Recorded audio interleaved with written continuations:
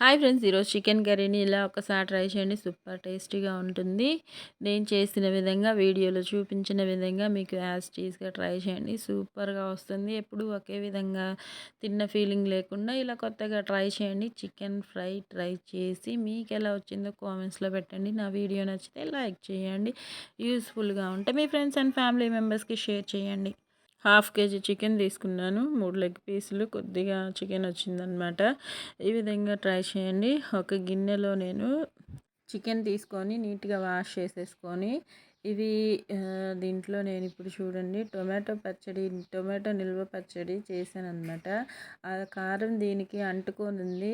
ఇది వేస్ట్ అయిపోతుంది అనిపించి దాంట్లో వాటర్ కలిపి ఇలా చికెన్ ఉడికించడానికి వేసుకుంటున్నాను. ఎక్కువగా వేయకండి, చికెన్ మునిగేంత వేసుకుంటే సరిపోతుంది. హాఫ్ తీసేస్తున్నాను. ఇంకా తీసేసుకొని ఆ వాటర్తో చికెన్ ఉడికించుకుంటున్నాను అనమాట. ఇంకా ఈ గిన్నెలో ఉడకడానికి టైం పడుతుంది కాబట్టి నేనేం చేశానంటే కుక్కర్లో వేసుకున్నాను. కుక్కర్లో ఒక 1 విజిల్ ఉడికించుకుంటే సరిపోతుంది. పసుపు ఒక హాఫ్ స్పూన్ దాకా వేసుకున్నాను. ఒక్క పచ్చిమిర్చి, 1 లేదా 2 పచ్చిమిర్చి, ఒక మీడియం సైజు ఉల్లిపాయని చిన్నగా కట్ చేసి వేసేసుకున్నాను. ఉప్పు కొద్దిగా, అంటే ముక్కకి పట్టేలాగా ఉప్పు వేసుకోవాలి. ఒక హాఫ్ టీ స్పూన్ సరిపోతుంది.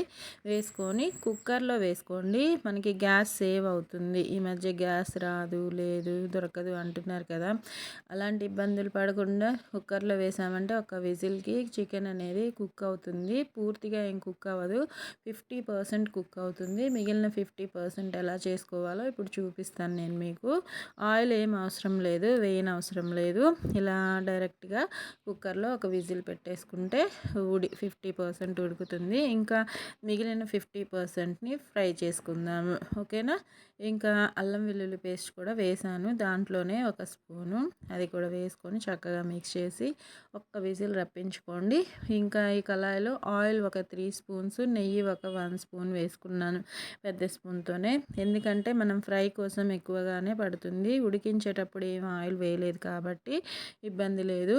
ఇంకా ఉల్లిపాయలు 3 మీడియం సైజువి, జీలకర్ర మాత్రం మీకు నచ్చితేనే వేసుకోండి, లేకపోతే ఇబ్బంది లేదు, ఓకేనా. 1 స్పూన్ వేసేసుకొని హై ఫ్లేమ్లోనే చక్కగా కలర్ మారేంతసేపు ఫ్రై చేసేసుకుందాము. అది బాగా ఫ్రై అయింది అనుకున్న తర్వాత అల్లం వెల్లుల్లి పేస్ట్ దీనిలో కూడా వేసుకుంటున్నాను. అది చిన్న స్పూన్తోనే 1 స్పూన్ వేసుకున్నాను. ఇది కూడా చిన్న స్పూన్తోనే 1 స్పూను, పెద్ద స్పూన్తో 2 కలిపి 1 స్పూన్ అవుతాయి అన్నమాట, ఓకేనా.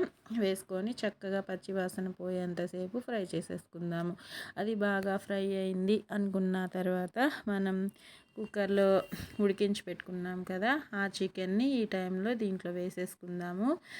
వేసుకొని వాటర్ అంతా దగ్గర పడేంతసేపు కుక్ చేసుకుందాము. చికెన్ ఈజీగానే ఫ్రై అయిపోతుంది. ఈ ప్రాసెస్లో చేయండి. మనకి టొమాటో ఫ్లేవర్ తగులుతూ కారం మాత్రం చూసి వేసుకోండి మీ స్పైసీని బట్టి, ఓకేనా. ఇదిగోండి, మనం అసలు ఆయిల్ ఏం వేయలేదు కదా, చూడండి కాస్త అలా అనిపిస్తుంది. ఇంకా వాటర్తో సహా వేసేసుకోండి. హై ఫ్లేమ్లో పెట్టుకోండి, ఫ్లేమ్ లోలో పెట్టద్దు, మీడియంలో అసలు పెట్టద్దు. ఎందుకంటే మనం ఒక విజిల్ వేయించాం కాబట్టి ముక్క చిదిరిపోయే ఛాన్స్ ఉంటుంది. చెప్తున్నాను కదా, కారం మాత్రం మీ స్పైసీని బట్టి వేసుకోండి. ఆ పచ్చడిలో కారం ఉంటుంది కాబట్టి ఈ కారం కాస్త తగ్గించి వేసుకోండి. ఇంకా కారం నేను మా ఇంట్లో వాళ్ళు తినేదాన్ని బట్టి ఒక 1 స్పూన్ దాకా వేసుకున్నాను. ఉప్పు తగినంత వేసుకోండి. ఇందాక మనం కొద్దిగా వేసాం కాబట్టి ఇప్పుడు ఫ్రైకి సరిపడా ఒక 1 స్పూన్ దాకా వేసేసుకున్నాను. హై ఫ్లేమ్లోనే పెట్టుకోండి, చెప్తున్నాను కదా. ఈ చికెన్లో వాటర్ అంతా ఇంకిపోయేంతసేపు, ఆయిల్ పైకి తేలి ఫ్రై లాగా అయ్యేంతసేపు కుక్ చేసుకోండి. ఈజీగా అయిపోతుంది, టేస్టీగా ఉంటుంది. ఇలా ఉడుకుతున్న టైంలో బబుల్స్ వస్తున్నాయి కదా, ఈ బబుల్స్ వచ్చే టైంలో ధనియాల పొడి 1 స్పూన్ వేసుకుంటున్నాను పెద్ద స్పూన్తో. గరం మసాలా మాత్రం 1/2 స్పూనే వేస్తాను ఎప్పుడైనా సరే. అది కూడా వేసుకొని చక్కగా హై ఫ్లేమ్లోనే కుక్ చేసుకోండి. ఇలా వాటరీగా ఉన్నప్పుడే వేసామంటే మనకి మసాలాస్ కూడా ముక్కకు పట్టి బాగుంటుందన్నమాట. ఇంకా ఇదిగోండి వాటర్ చాలా వరకు దగ్గర పడిపోయింది కదా, ఈ టైంలో కసూరి మేతి వేసుకుంటున్నాను. ఇంకా మనం ఒక 10 మినిట్స్లో స్టవ్ ఆఫ్ చేసేసుకుంటాము. అలాంటి టైంలో కసూరి మేతి కొద్దిగా పావు స్పూన్ అనుకోండి, కొద్దిగా అంటే కరివేపాకు 2 రెమ్మలు ఫ్రెష్గా ఉంటే టేస్ట్ బాగుంటుంది, ఫ్లేవర్ఫుల్గా.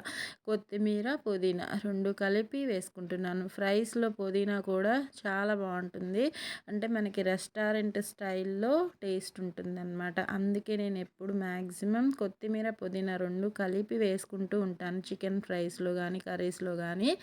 ఓకేనా, మీకు నచ్చితే పుదీనా వేసుకోండి, లేకపోయినా ఇబ్బంది లేదు, స్కిప్ చేసేయచ్చు. ఓకేనా, ఇంకా చక్కగా మిక్స్ చేసి అడుగు పట్టేస్తూ ఉంటుంది, దాన్ని ఇలా గీరుకుంటే మనకి బాగుంటుందన్నమాట టేస్ట్. ఓకేనా, గీరుకొని ఈ దగ్గర పడే టైంలో మాత్రం మీడియం టు లో ఫ్లేమ్లోకి మార్చుకుంటూ ఫ్రై చేసుకోండి, ఎందుకంటే మనకి మరీ మాడిపోకుండా బాగుంటుందన్నమాట.